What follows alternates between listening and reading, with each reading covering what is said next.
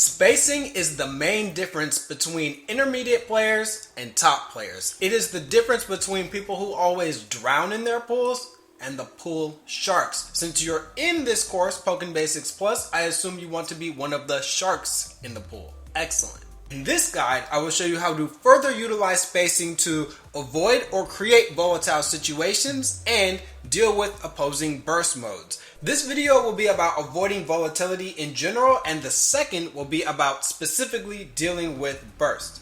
If you are playing a keep out character like Shadow Mewtwo or Darkrai, you've noticed the volatility or the unpredictability close quarters combat leads to. You do all that work keeping your opponent out just to get grabbed once, or you eat one dive kick or like an instant air dash jump Y for half your life. Conversely, if you're playing a rushdown character like Empoleon or Machamp, you probably love the fact that you can melt away a life lead just by getting in one time.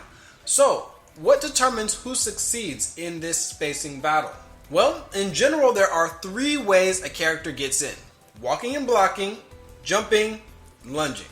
There's also poking with a far-reaching normal, but in poking, this is usually lunging, since the developers decide to make most of the far-reaching pokes also propel your character towards the opponent.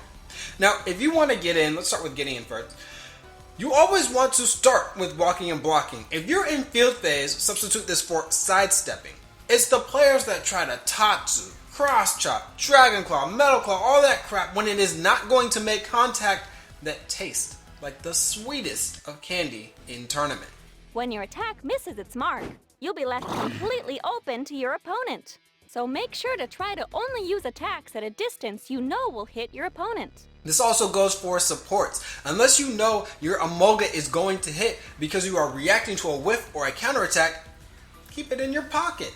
You keep on walking until you're at the tip of the range of your best poke. If your opponent is throwing out low or mid-low pokes or projectiles, you've got to resist the urge to immediately jump. Just threatening the grab or your most dangerous poke is so much more powerful and safer than going for the grab or the thirsty mix-up itself. Now let's talk about keeping opponents out. Lately I've been gravitating towards keep out characters, and I've developed my game specifically to capitalize on opponents' impatience. So there are three things that I look out for. The first thing I look out for is those errant lunges. That is a free whiff punish without even having to work. A lot of players do not really understand spacing, and they're just playing a combo simulator. They're just fishing for their strongest combo starter. I keep in mind my opponent's most common combo starters that they can just toss out and wait on those. The second thing I look for is jumps. This one is harder. Throwing projectiles is not random, and whether opponents will jump over your next one should rarely be a guess. Keep on spamming them until your opponent walks into a range where they can confirm off of a jumping hit. At that point, instead of throwing the next projectile, walk into the position where you can anti-air properly. If that means walking forward a bit, do it, even though it does seem counterintuitive at first. Lastly, I try to manage against the actual good players who mostly walk and block. See, when the Machamp stops cross-chopping, stops doing half-screen 6x, stops jumping, then they're a problem, because it becomes difficult to dislodge them from their position without putting yourself point blank. Remember, as I said, a lot of the best pokes in this game will lunge you forward. Luckily, most players do not have this level of self-control, but against them, here is the key. Take note of how often or if the opponent gives you space at all. Many players, when they walk and block, they only walk forward. When you catch them in the pattern of when they walk forward with them and then cross them up. If they walk you all the way to the corner and then they don't back up, jump out. And if they do back off, R is still your friend because they cannot actually mix you up unless they are in grab range.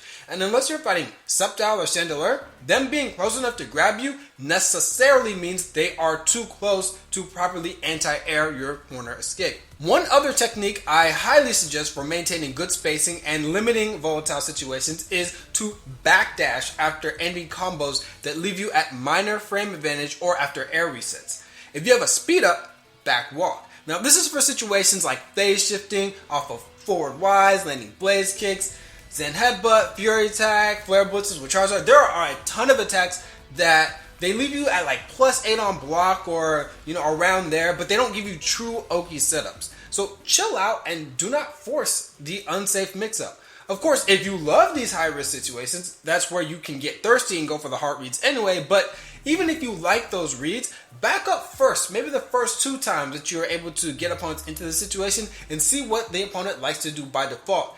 Then punish that specific option next time the situation comes up. Backdashing is so good. It is an excellent movement option that is very underutilized. That is my philosophy on how to effectively avoid volatile situations or create them if you're that type of player. Next video will be a few brief tips on how to mitigate the advantage of your opponent's burst mode. Again, thank you so much for joining Pokkén Basics Plus.